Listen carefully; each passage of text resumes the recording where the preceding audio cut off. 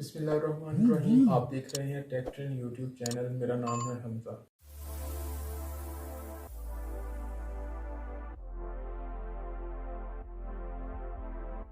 Last video में हमने देखा था कि हम लोकली वर्डप्रेस को अपने पीसी के ऊपर इंस्टॉल कैसे करते हैं।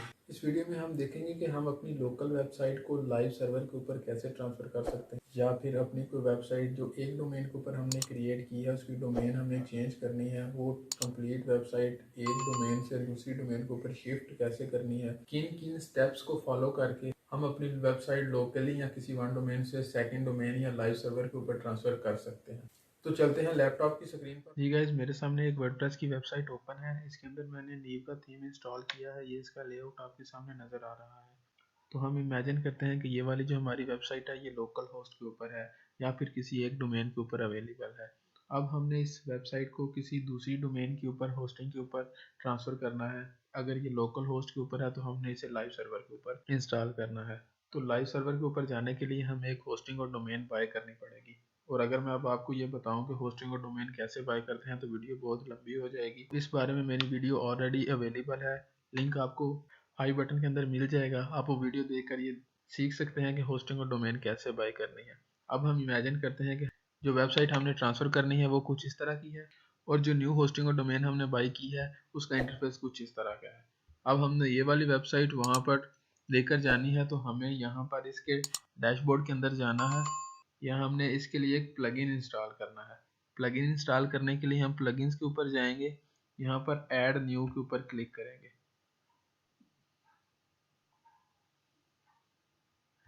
यहाँ हमने एक प्लगइन सर्च करना है, ऑल इन वन।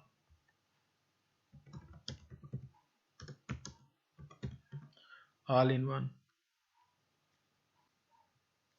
तो ये हमारे सामने ऑल इन वन के प्लगइन्स जो हैं वो ओपन हो चुके हैं। इनमें से हमने ये वाला प्लगइन इंस्टॉल करना है। इंस्टॉल नाउ के ऊपर क्लिक करेंगे। इंस्टॉल होने के बाद यही सेम प्रोसीजर हमने दूसरी वेबसाइट के अंदर करना है। इस वेबसाइट के डैशबोर्ड के अंदर जाएंगे, यहाँ पर भी हम सेम प्लगइन इंस्टॉल करेंगे। ऐड न्यू के ऊपर जाएंगे।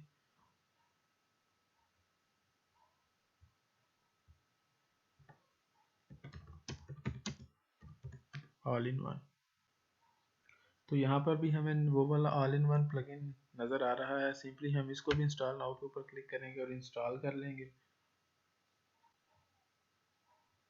इंस्टॉल करने के बाद हम इसको एक्टिवेट कर देंगे।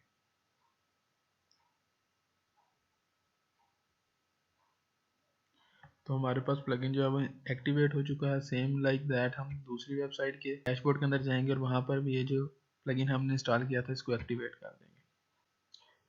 अब हमारे पास दोनों वेबसाइट्स के अंदर सेम प्लगइन जो है वो इंस्टॉल हो चुका है, और हमारे पास एक नया टूल जो है वो हमें नज़र आ रहा है, all in one WP migration. तो जिस वेबसाइट को हमने दूसरी वेबसाइट के ऊपर ट्रांसफ़र करना है उसके अंदर हम इस प्लगइन के टूल के ऊपर जाएंगे और यहाँ पर एक्सपोर्ट के ऊपर क्लिक करेंगे। तो यहाँ पर हम एक्सपोर्ट टू क्लिक करेंगे और यहाँ से फाइल का ऑप्शन चूज़ करेंगे। तो हमारे सामने जो वेबसाइट है ये इंपोर्ट हो रही है, डाउनलोड हो रही है। हमारे सामने एक फ़ाइल तैयार हो चुकी है। हमने इस फाइल को डाउनलोड करना है। हम इसको डाउनलोड के ऊपर क्लिक करते हैं। तो हमारे सामने ये एक वेबसाइट की जो फाइल है वो डाउनलोड हो चुकी है। सिंपली हम इसे यहाँ से क्लोज करेंगे। अब हम उस वेबसाइट के डैशबोर्ड के अंदर जाएंगे जहाँ हमने ये वेबसाइट का इंटरफेस इंस्टॉल करना है। तो हम इस वेबसाइट के ऊपर आते हैं। आप देख रहे हैं कि इसका जो इंटरफेस है बिल्कुल सिंपल है। हम इसके डैशबोर्ड के अंदर जाते हैं। यहाँ all in one WP migration के टूल्स के ऊपर हम इंपोर्ट को सिलेक्ट करते हैं। तो हम इंपोर्ट के ऊपर क्लिक करते हैं। तो इंपोर्ट फ्रॉम से हम फाइल का ऑप्शन चूज करते हैं। फाइल के ऊपर क्लिक करते हैं। यहाँ हमने डाउनलोड्स के अंदर ये एक फ़ाइल हमने जो अभी डाउनलोड की है इसको सिलेक्ट करना है और ओपन के ऊपर क्लिक करना है। वो फाइल को इंस्टॉल कर रहा है। हम प्रोसीड के ऊपर क्लिक करेंगे और finally your site has been imported successfully हम फिनिश के ऊपर क्लिक करेंगे। अब अपनी जो वेबसाइट है इसका इंटरफेस रिफ्रेश करके चेक करेंगे कि हमारे पास दूसरी जो वेबसाइट है वो यहाँ पर इंपोर्ट हुई है कि नहीं। तो हम रिफ्रेश करते हैं